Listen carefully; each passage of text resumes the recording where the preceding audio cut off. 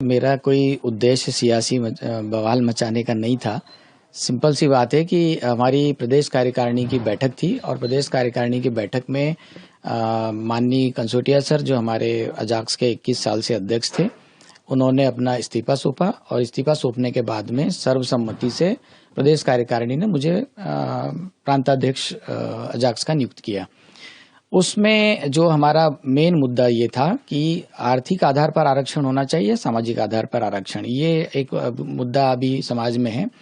इस मुद्दे पर हम सब लोग अपने अपने विचार व्यक्त कर रहे थे और हमने यही कहा था कि जैसे कुछ लोगों का ये मानना था कि भाई आईएएस ऑफिसर अगर हो जाते हैं तो उस परिवार में किसी और व्यक्ति को आरक्षण की पात्रता नहीं होनी चाहिए।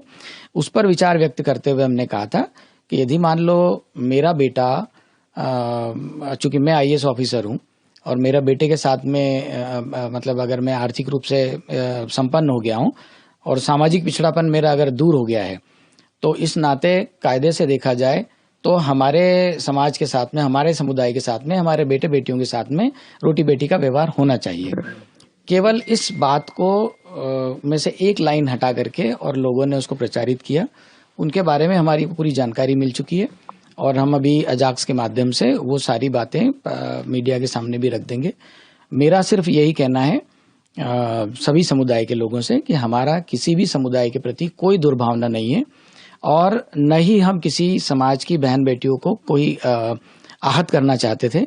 उसके बावजूद भी यदि मीडिया के माध्यम से या समाचार पत्रों के माध्यम से लोगों के मन में जो भी बात फैलाई गई है और उससे अगर उनको कोई ठेस पहुंची हो तो उसके लिए मैं तहे दिल से खेद व्यक्त करता हूं। कौन लोग हैं आप बता रहे हैं कि जैसे अजाक्स ही है, दूसरा अजाक्स? देखिए, जब अजाक्स में जब नियुक्तियां हुई थी 3 आईएएस ऑफिसर्स की, उस समय बहुत सारे संगठनों ने ये बात करी थी कि आईएएस ऑफिसर्स को इस प्रकार के संगठनों में नहीं होना चाहिए, इससे कर्मचारियों का हक मारा जाता है।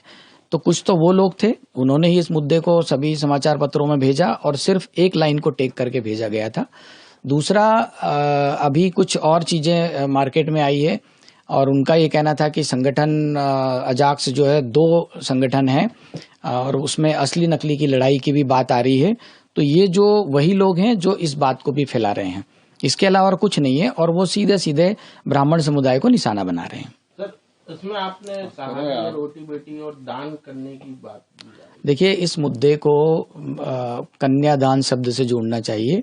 कन्यादान शब्द का इस्तेमाल किया गया था, लेकिन जो भी व्यक्ति थे, जिन लोगों ने इस मुद्दे को हवा दी है, उसमें किसी न किसी प्रकार से पूरे भाषण को रखने के बजाय उन्होंने सिर्फ एक लाइन को टेक किया। सर, ब्राह्मण समाज अब आपके नाम से एफआईआर दर्ज कराने जा रहा है, कमिश्नर के पास जाएगा, तो आप क्या कहना चाहेंगे? मैं अपनी बात रख चुका हूं कि मेरी तरफ से किसी भी समाज विशेष के ऊपर कोई गलत अभद्र टिप्पणी नहीं की गई और न ही मेरा कोई ऐसा उद्देश्य था।